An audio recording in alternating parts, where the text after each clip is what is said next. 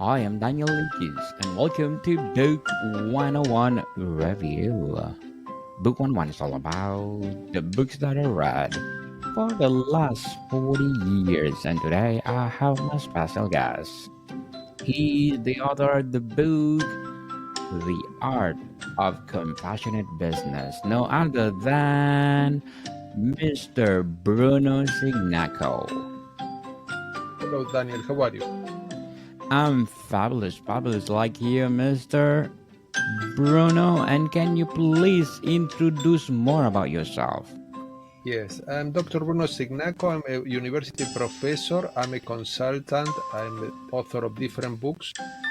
My latest book is The Art of Compassionate Business. I have been advising companies for 30 years on international marketing, and the last few years, like 5 years, on compassionate business. Means that company can get more profitable, can become more profitable, but also this company also can be more human oriented. This means that they can develop a strong relationship with different stakeholders such as employees, customers, suppliers, community members. So this is very important because most companies try to focus only on profits. This means what we call the key performance indicators such as profitability, market share, productivity. And in the book, I discuss some aspects that are not very well researched in business on business topics such as compassion, kindness, gratitude, generosity, and how these positive values affect the business activities, the workplace, the business environment in a very productive way. Mr. Bruno Signaco, thank you so much for sharing your talents to the world and, of course, your knowledge. So, what does it mean to practice compassion in the context of business? Well, there is a very simple definition of compassion, that is when a person can understand how other people think and how other people feel, especially when these people face challenging situations. And this person, when is compassionate, when adopt a compassionate attitude toward others, can also help these people. This means that is understanding how others think, how others feel, but also trying to help them whenever possible. This can be applied to the business environment. For example, a manager can have a chat with an employee, and this employee, supposing that this employee has some problems at home, is about to get divorced.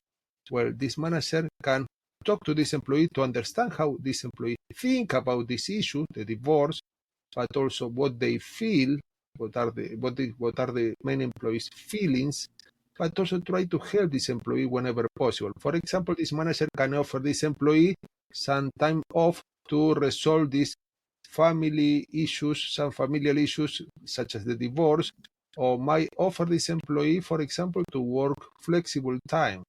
If they have some challenges at home, they know that this is a very important issue for this employee. So this means that understanding that being compassionate implies understanding that we all face challenges and we are all human beings. This is our commonality. We have some positive experiences in the past, some negative experiences also in the past, but also we have some dreams, aspirations, we have some fears, we have some, in some cases, we feel confident. And this human beingness is a commonality that join us together. And when we are serving others, when we are connecting to others in a compassionate way, you are more prone to develop a robust relationship with these people. Why? Because you are supporting them in difficult times and you're trying to soothe their difficult emotion, especially when they face challenging situations. So there are a lot of examples of compassion in business, but I want to give one nice example that is in the healthcare sector. There is a very interesting research study that observed that when doctors, surgeons, when supposing that the patient is going through a very important surgery that is life or death outcome, possible outcomes, life improve, this patient improve, or can die during this surgery. This doctor has 1 minute compassionate conversation before this operation. This means trying to make this patient quiet, confident that everything will go well. Also try to answer all these patient questions because this patient surely will be very anxious. When this doctor has 1 minute conversation before this surgery, during the operation, these doctors are prone to use less anesthesia. This means that they will use less anesthesia because the patient will be less stressed. And also the recovery, the post-operation recovery period will be shorter, as compared with the patient that didn't have this 1 minute conversation with the doctor. So this means that compassion has very tangible effects. It's not only being nice to others, being kind to others, but has very tangible effect. In this case of the healthcare sector, the patient could recover much more easily. The doctor has to use less anesthesia. That was probably not necessary in these cases. Using so much.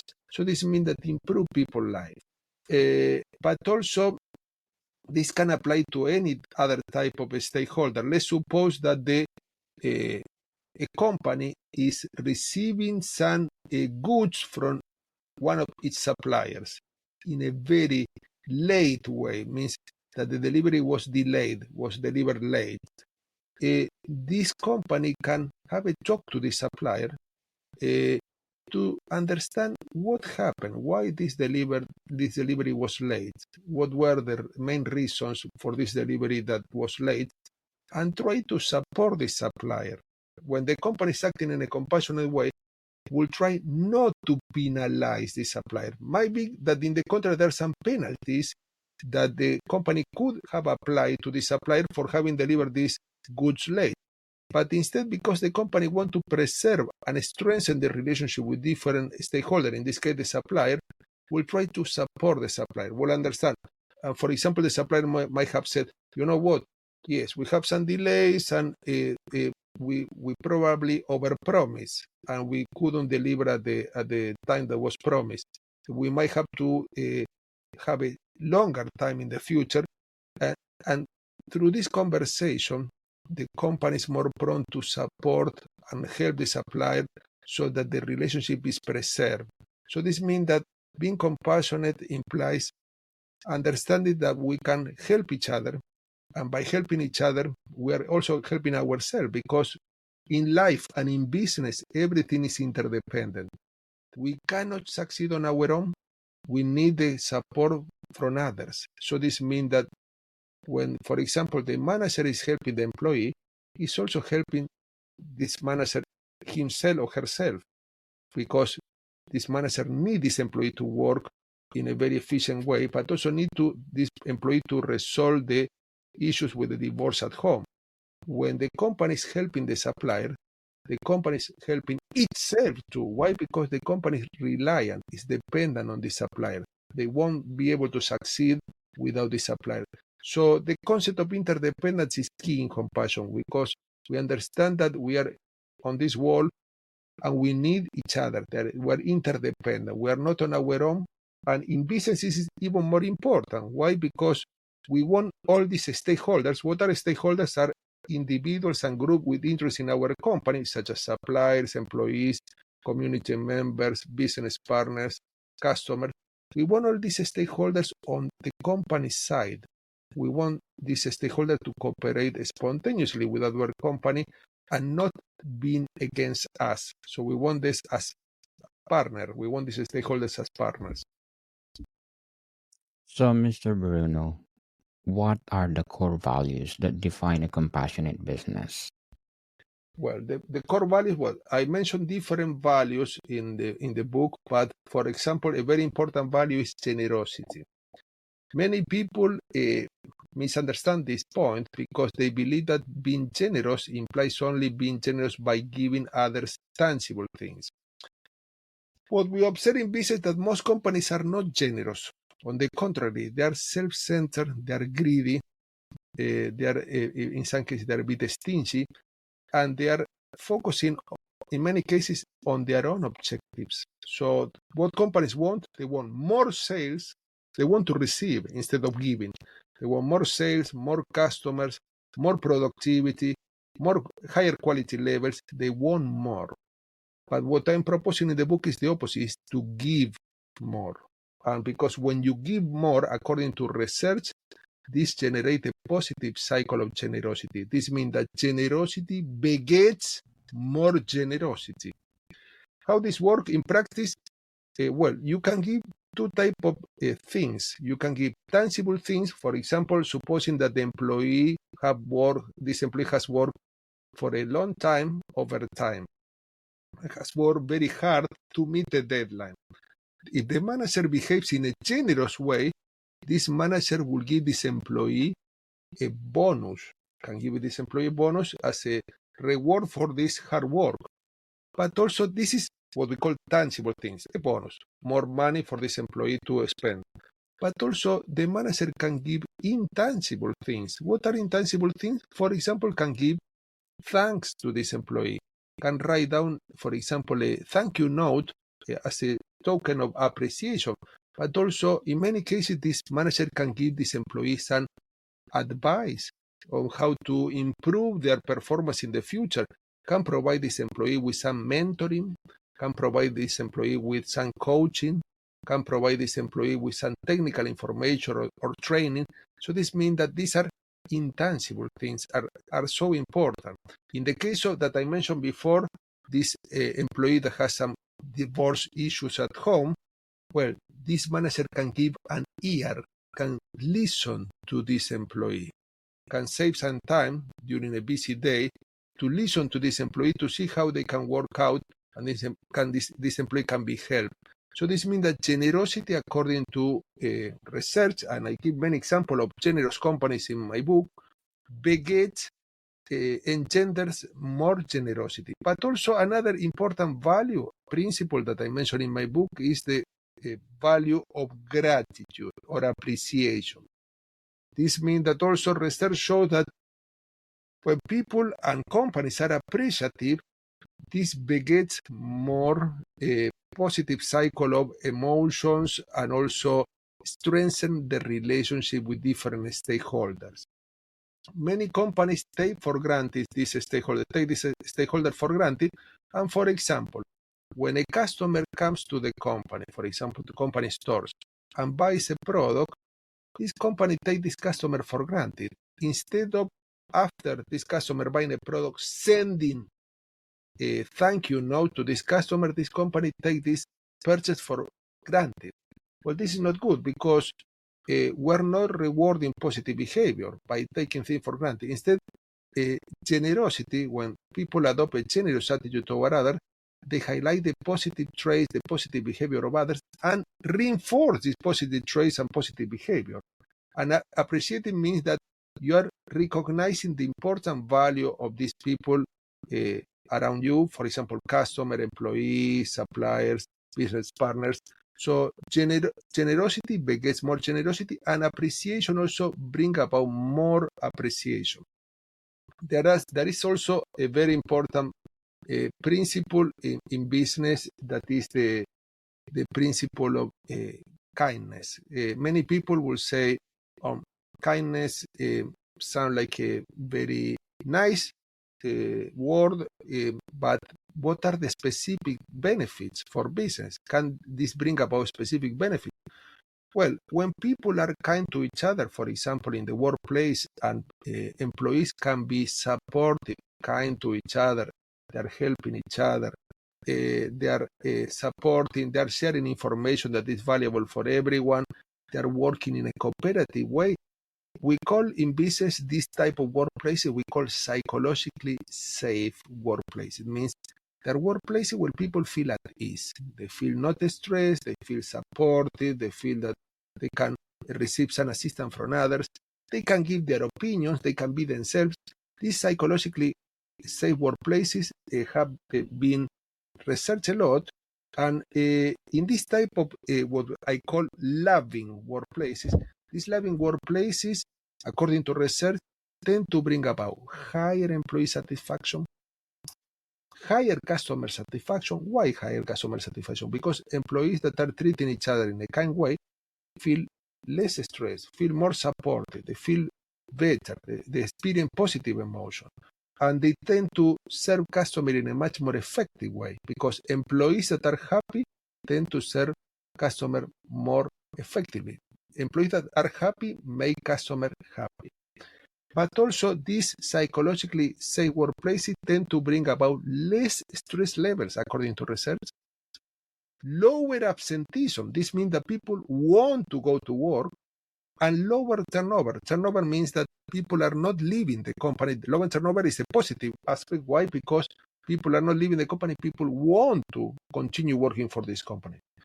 When the turnover is high, this means that people are leaving continually this company. This is a bad sign.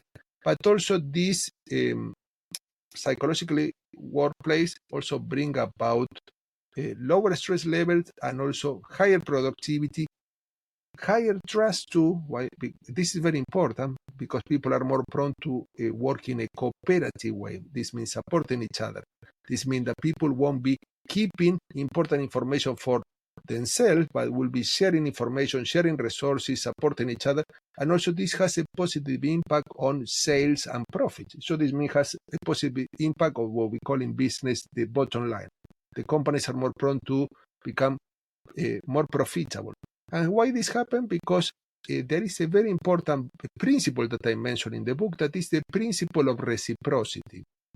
This is a principle that comes from social psychology that states that when you treat people in a kind way, they tend to respond alike. So when you are kind to others, they are more prone to be kind to you.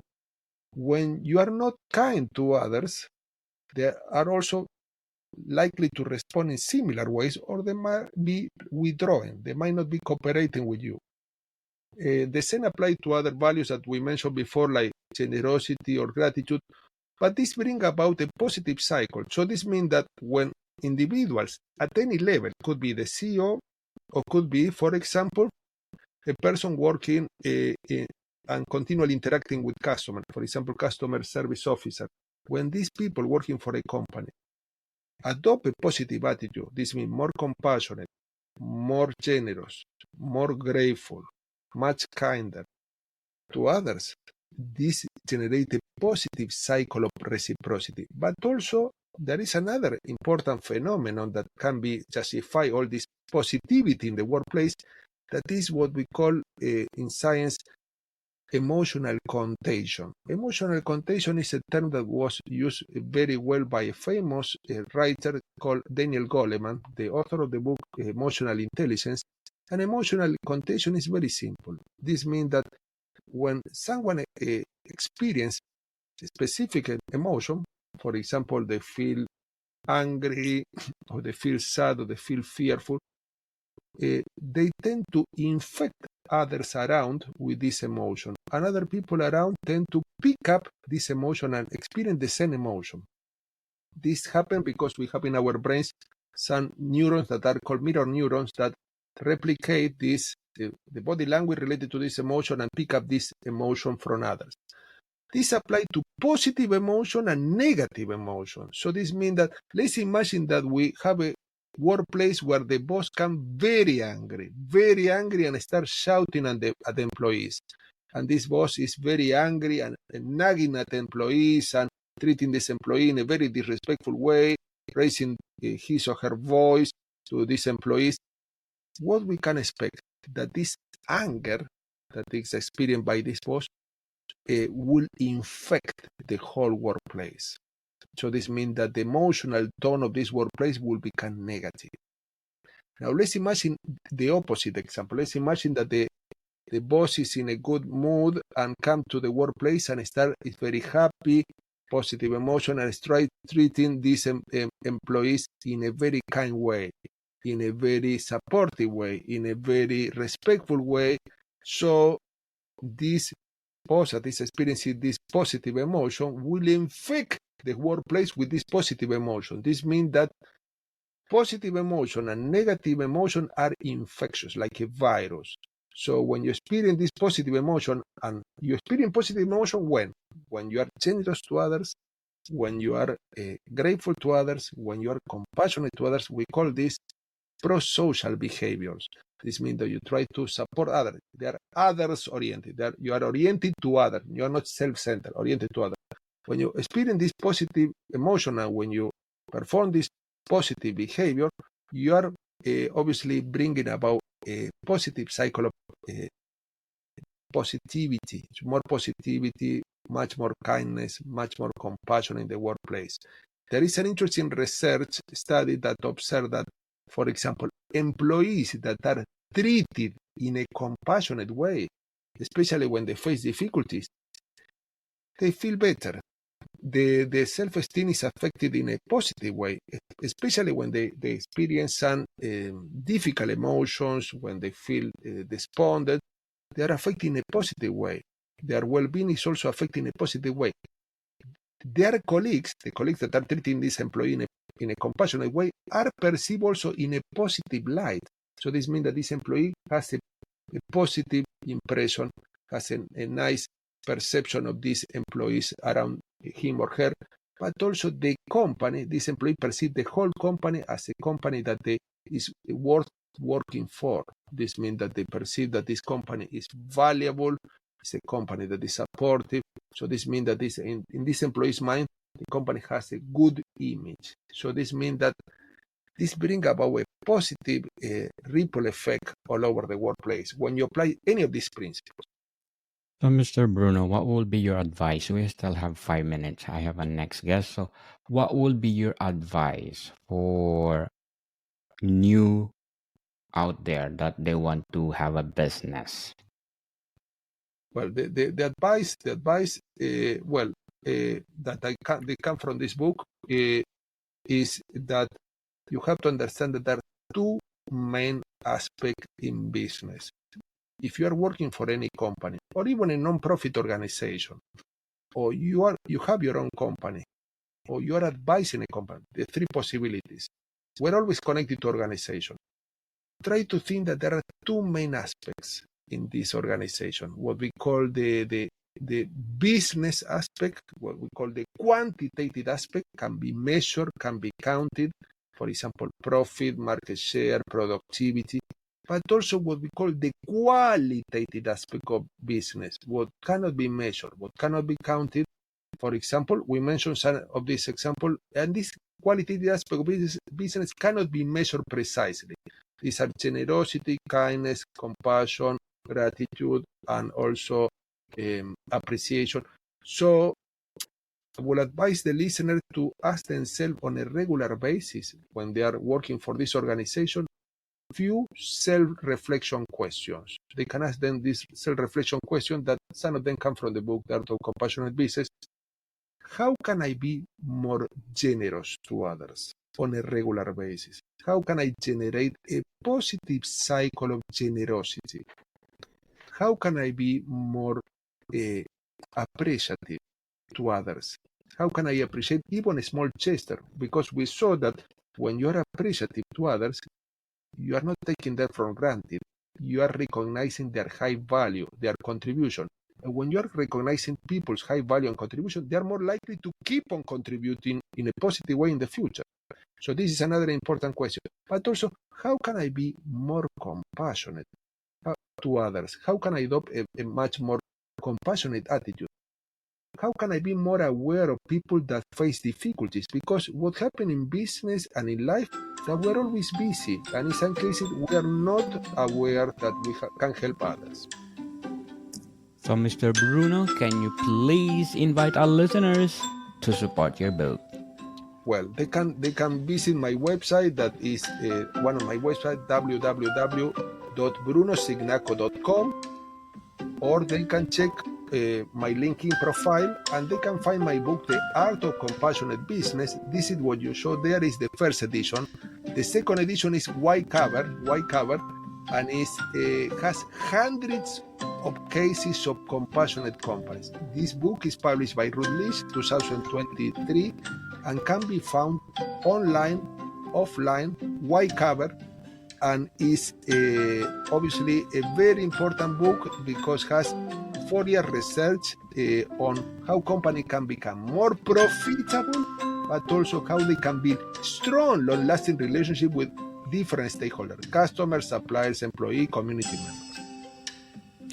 Mr. Bruno, thank you for your time. Thank you very much. Modicom people, see you soon. Thank you. Thank you so much.